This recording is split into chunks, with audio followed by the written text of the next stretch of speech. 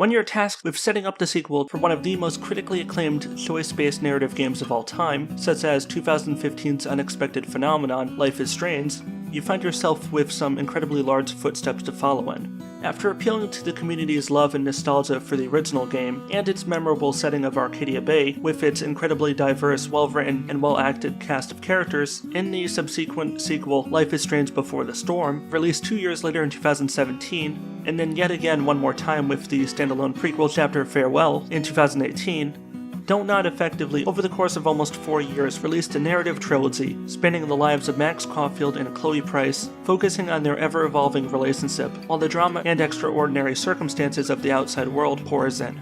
With the final chapter of Max Caulfield and Chloe Price's story having come to a close, Don't Nod Entertainment has since reallocated their storytelling talent and ambitions towards expanding the world of Life is Strange by creating a new cast of characters and new impactful stories, combining raw human emotional drama with broader spiritual and supernatural elements and themes. Our first glimpse into this newest expansion of the Life is Strange canonical universe comes in the form of a surprisingly lengthy and substantial standalone episode, originally marketed by Square Enix as a simple tech demo of the eventual full Life is Strange 2 episodic season. So now that every YouTuber from 10 subscribers to 10 million has done some sort of let's play or just dumped raw gameplay on their respective channel, I figure it's time to actually talk about what the Adventures of Captain Spirit gets right, what stumbles it makes, and what story elements, gameplay mechanics, and stylistic changes we can glean from it that might give us a few indicators about what to expect from Life is Strange 2. This is WarriorDan, and welcome to What is the Point of? The Awesome Adventures of Captain Spirit. Before we get into the full game review, don't forget to give that like button a friendly tap of the mouse, that way I know you enjoyed this video. The feedback does actually help. Also, let me know down in the comments below what you think of Captain Spirit, and what you think it means for Life is Strange 2 when it comes out later this fall. For those of you who have not yet experienced the awesome adventures of Captain Spirit, I would like to add a quick disclaimer, as I plan to spend a great deal of time discussing the plot in addition to other critical elements as part of this review, so you've been warned. Spoiler warning kicks in now. The player takes control of a young boy named Chris, who lives alone with his father for reasons not initially made clear to the player. The game starts off with an interactive cutscene presented in typical Life is Strange fashion. It's bright, snowy Saturday morning. Chris's father Charles makes breakfast for the two of them, and after a few player-chosen dialogue choices, the pair makes plans to go out later in the day to get a Christmas tree after Charles finishes watching the basketball game on TV. As traditional with most Don't Nod games, not you. What is unsaid in any given conversation is generally more important than what's actually said. Longtime Life is Strange players will know, from experience, that a character's nonverbal cues can function as a secondary storytelling element, with each character displaying different unique nonverbal expressions and behaviors, depending on the given environment and atmosphere. As Chris cleans up the table, he notices that Charles has already started drinking beer and has headed into the living room with a half bottle of whiskey. Chris's dad tells Chris to go out and play and enjoy the day, but just wake him after the game if he falls asleep so they can go get the Christmas tree as planned. At this point, the game opens up and allows the player to begin exploring the environment, albeit within a limited capacity, until you accomplish a handful of tasks, which in turn will grant you gradual access to other parts of the house and even being able to go outside. The most notable of these spontaneous and story-driven chores is where Chris decides to utilize his spare time to create a costume embodying his imaginary telekinetic superhero, Captain Spirit. The player is given the task of assembling the makeshift costume by gathering different items scattered around the house, garage, and outdoors. As with quite literally every single fetch quest in any of the current Life is Strange games, this is quite literally the most irritating and unnecessary elements to the game, and in my opinion proves to be the most frustrating immersion-breaking element in this whole experience.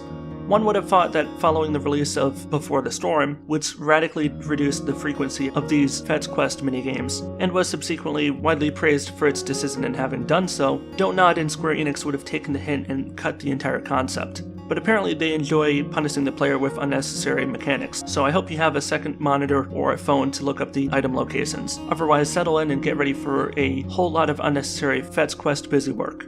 Once the player has assembled Chris's superhero costume, we get a admiring cutscene, showing off the finished costume before allowing the player to resume control. It is at this point that the player is given carte blanche access to roam around as they will, given a wide assortment of mostly non-linear objectives that they can choose to complete or not to at their own discretion.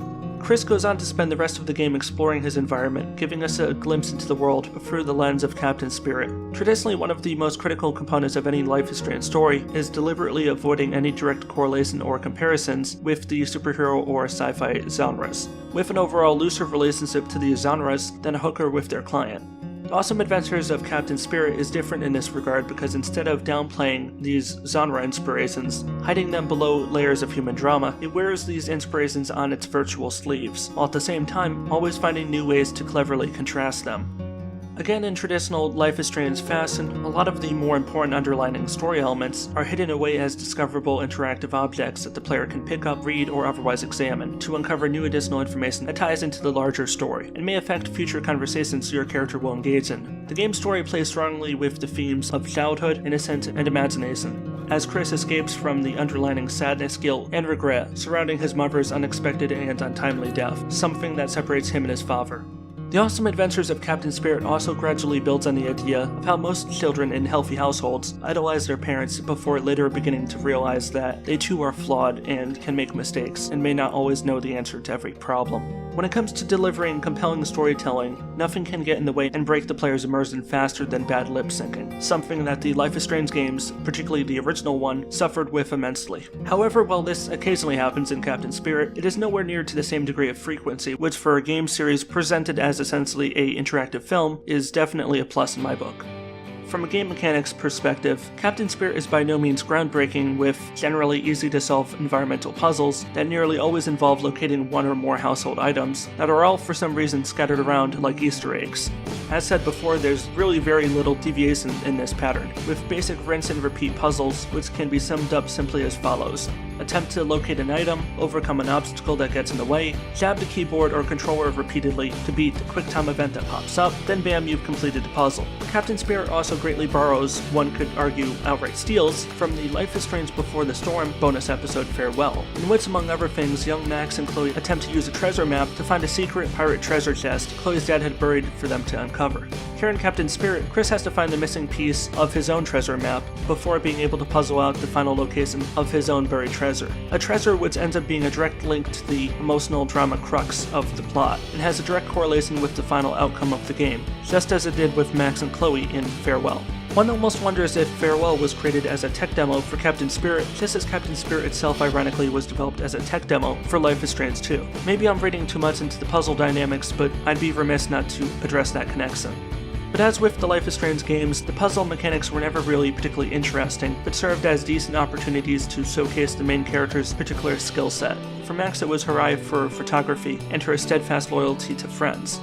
This was demonstrated through the use of her rewind power, allowing her to capture specific moments in time and move between them at will. Chloe's mechanics revolved around her ability to use other people's words against them, or otherwise identify potential personal weaknesses by observing her surroundings. For Chris, it's his imagination which fuels his resourcefulness. As such, his mechanics revolve around self-empowerment through utilitarian means. While the Awesome Adventures of Captain Spirit might have a case of less than awesome gameplay mechanic repetition, its story maintains the high caliber expected of any Life is Strange entry, and in a small span of less than 2 hours, manages to capture the most intimate of emotions in finer detail than most other games and films accomplish in their entirety.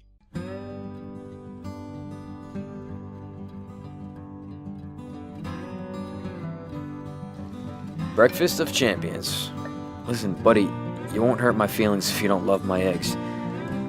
I know this doesn't compare to your mother's breakfast. Oh, since it's Saturday, are we gonna get a Christmas tree? You said we could get a real pine. Yes, I did, and yes, we are. But I just want to watch the game before we go, okay? But you always fall asleep. I won't today. And if I do, just wake me up and we'll go. Promise. Behold, the flying fortress. Slow, like Dad.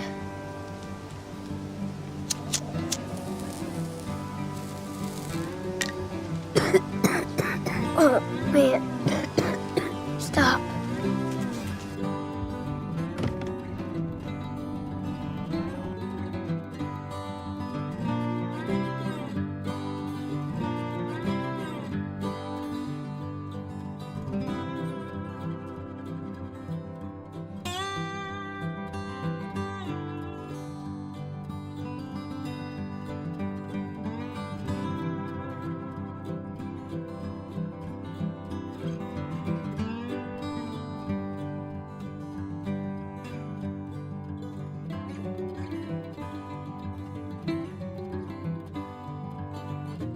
Hey, wake up. Dad, come on. Huh? Dad! Are you okay? Do I look okay? No. I tripped. Can't even watch one goddamn game. Chris, why did you wake me up? You told me to wake you up. I thought you said the pine tree. Pine tree? I can't even walk in my own house, man. Listen, Chris, I'm only steps away from your house. If you ever feel scared, you can come visit us anytime, day or night. Understand? Man, I bet you want to tell her what a shitty dad you have. Huh? No, she just wanted to say hi. I didn't say anything, Dad. Just like your mom. Every time I look at you, every time you talk, Stop it. I see her face. Why? And if it wasn't for you, she would have never taken the car that day. Never. Oh, hey, Chris, look, hey, I didn't mean that, buddy. Yes. Yes, you did. No, listen, Chris.